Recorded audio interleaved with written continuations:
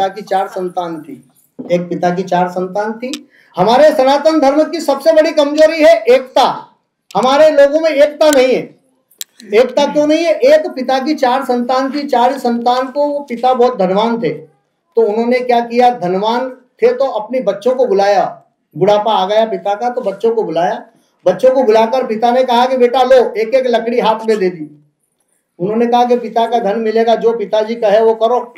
तो उन्होंने एक एक लकड़ी बच्चों के हाथ में दी और कहा कि पिताजी क्या करें हम इन एक एक लकड़ी का? बोले कि इन एक एक लकड़ियों को तोड़ो बेटा।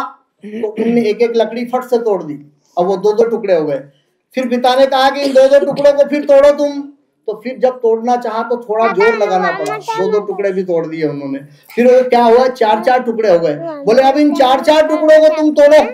अब 4-4 टुकड़े तोड़ने लगे तो वो 4-4 टुकड़े उनसे नहीं टूटे। इसका मतलब समझे आप कि यदि हम संगठित रहेंगे, यदि हम एक साथ में रहेंगे तो हमारे को कोई तोड़ नहीं पाएगा, लेकिन हम एक रह नहीं सकते। ईसाई कभी भी अपनी जातियां नहीं बताएगा कि हम ये जाति के हैं। वो एक ही ईश्वर को मानेगा। वो बोलेगा कि हमारा तो एक ही ईश्वर है, वो गॉड है, वो जीसस है। और मुसलमान एक ही को, अल्लाह को ही अपना ईश्वर मानेगा। और उनमें भी जातियां नहीं है। सभी ईसाई एक जगह जाकर गिरजाघर में जाकर एक हो जाएंगे।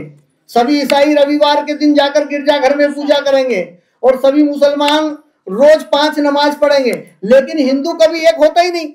वो तो कहेगा मैं तो शर्मा, कोई कहेगा मैं वर्मा, कोई कहेगा मैं नाई, कोई कहेगा मैं कुमार, कोई कहेगा मैं धोबी।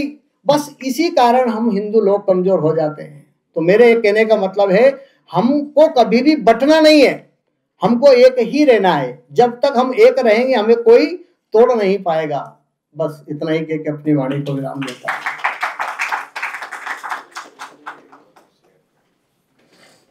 आचार्य जितेंद्र जी आप